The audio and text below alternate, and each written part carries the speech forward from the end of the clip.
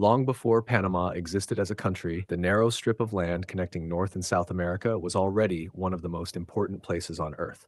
It formed a natural bridge between two continents and sat between two oceans.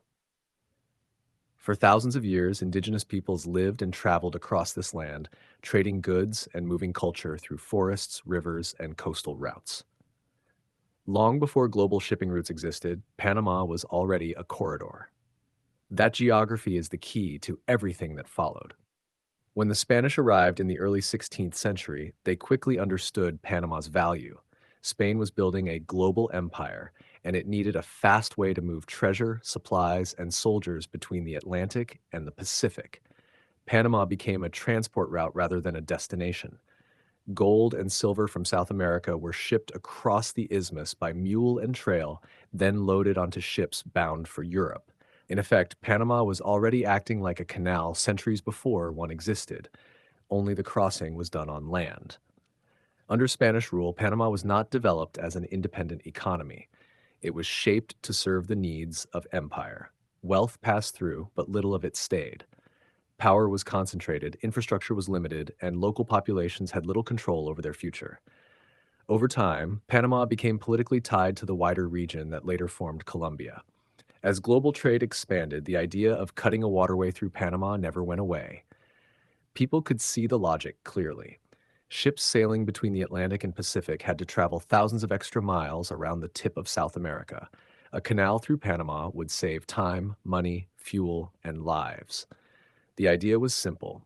The reality was not. By the 19th century, the world finally had the industrial ambition to attempt it. The first serious effort came from France, fresh from building the Suez Canal. Confidence was high, but Panama proved to be a completely different challenge. The terrain was mountainous and unstable. Rainfall was relentless. Landslides were constant. And most deadly of all were disease and insects. Yellow fever and malaria swept through the workforce. At the time, the link between mosquitoes and disease was not fully understood. Thousands died. Costs spiraled out of control. The project collapsed into failure and scandal. The canal had defeated one of the world's greatest engineering powers, but the failure did not remove Panama's importance. It only proved that whoever succeeded next would gain something enormously valuable. And that is where the story begins to shift. By the turn of the 20th century, the failure of the French project had left behind something important: proof. Proof that the canal was possible in theory, but only if it was built with far greater resources, better organization, and a deeper understanding of the environment. At the same time, global power was shifting. The United States was emerging as a major industrial and naval force with interests on both the Atlantic and Pacific coasts. For the United States, the canal was not just an economic project. It was strategic. A canal would allow naval ships to move quickly between oceans, protect trade routes, and project power globally. The problem was political. The land needed for the canal was not American. It belonged to Panama, which at that time was still part of Colombia. The U.S. first tried to negotiate with Colombia for the rights to build and control the canal. When those negotiations failed, events moved rapidly. In 1903, Panama declared independence from Colombia. The United States recognized the new country almost immediately and provided military support that prevented Colombia from regaining control. Within months, a treaty was signed granting the U.S. rights over a wide canal zone in exchange for payments and guarantees. From Panama's perspective, independence came with a price. The canal would be built, but a large part of the country would be effectively controlled by a foreign power. Construction restarted under American leadership, and this time the approach was different. One of the biggest breakthroughs had nothing to do with concrete or steel. It was medicine. Scientists had finally confirmed that mosquitoes carried yellow fever and malaria. Once this was understood, large-scale mosquito control, sanitation, and drainage programs were introduced. Death rates fell dramatically, and the workforce stabilized. Engineering choices also changed. Instead of attempting a sea-level canal, the Americans built a lock-based system. Ships would be raised up to an artificial lake, cross the country at a higher elevation, then be lowered back down. It was slower than a straight cut, but far more realistic for Panama's terrain and rainfall. After years of intense labor, the canal opened in 1914. Almost instantly, global trade routes were reshaped. Shipping times dropped, costs fell. Panama became one of the most important transit points on the planet.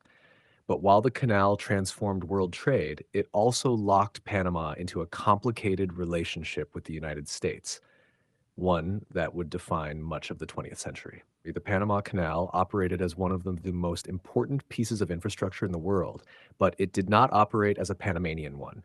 The canal zone functioned as a U.S. controlled territory running straight through the country. American laws applied there, American authorities governed it, and American interests dominated its operation. For many Panamanians, independence felt incomplete. The canal brought economic activity, but it also created division. Jobs, housing, and services inside the canal zone were often better than those available outside it. This deepened resentment and reinforced the sense that Panama was hosting a global asset without fully benefiting from it. Tensions grew slowly, then suddenly. By the mid 20th century, protests over sovereignty became more frequent. Panamanians increasingly demanded control over their own territory and the canal that defined their country's global role. These tensions occasionally erupted into violence, particularly during clashes over flags, access, and authority. At the same time, Panama found itself pulled into wider geopolitical struggles. During the Cold War, the United States viewed the canal as strategically vital. Control had to be maintained at almost any cost. Stability mattered more than democracy, and this shaped Panama's internal politics for decades. Military governments came and went, often tolerated or supported from outside, as long as the canal remained secure. The country's political development was repeatedly shaped by its strategic value rather than its domestic needs. While the canal kept operating smoothly, Panama's broader political system remained fragile. By the 1970s, however, global attitudes began to shift. Pressure mounted for a new arrangement that recognized Panama's sovereignty while protecting international shipping interests. Negotiations finally produced a breakthrough. In 1977, new treaties were signed that set a clear timetable for transferring control of the canal from the United States to Panama. The change would not be immediate. It would take decades. But for the first time, there was a defined end to foreign control. The canal zone itself was gradually dismantled, and Panamanian authority expanded step by step. On December 31st, 1999, full control of the Panama Canal officially passed to Panama. For the country, this was not just a legal event, it was a psychological one. The canal was finally theirs. What remained unanswered was whether Panama could manage, modernize, and protect the canal in a rapidly changing global economy. While Panama finally took full control of the canal of 1999, many outside observers were skeptical. Some questioned whether a small country could manage infrastructure that underpinned global trade. But those doubts did not last long. Panama's Canal Authority operated the canal efficiently, professionally, and profitably, proving that the country could handle the responsibility it had waited decades to regain. But the world was changing. Ships were getting bigger. Global trade volumes were increasing. Containerization had transformed shipping, and the original canal design was slowly becoming a limitation. Panama faced a choice: modernize or risk losing relevance. The decision was made to expand. A massive construction project began to add new, larger locks, capable of handling much bigger vessels. When the expanded canal opened in 2016, it marked the second great transformation of Panama's role in world trade. Larger ships could now pass through, increasing capacity and maintaining Panama's position as one of the most important trade routes on Earth. Today, Panama's economy is built around services rather than natural resources. Canal operations, ports, logistics, banking, insurance, tourism, and trade zones dominate. The canal is not just a waterway, it is the anchor for an entire economic system. Revenue from canal tolls flows directly into the national economy, supporting public spending and investment. Panama also operates with a unique monetary setup. The US dollar is widely used in daily life, which helps reduce currency instability and supports its role as a regional financial hub. This has made Panama attractive for international business, but it has also increased inequality, as not everyone benefits equally from the service-based economy. In recent years, a new challenge has emerged, and it is not political or military. It is environmental. The Panama Canal depends on fresh water to operate its lock system. Periods of drought have lowered water levels in the lakes that feed the canal, forcing restrictions on ship traffic. When fewer ships can pass, global supply chains feel the impact, and Panama's revenue drops. This has sparked new debates inside the country about water management, infrastructure expansion, and environmental protection. Proposals to build new reservoirs promise security for the canal, but raise concerns about displacement and ecological damage. Once again, Panama faces the same question that has followed it for centuries: how to balance global importance with local cost.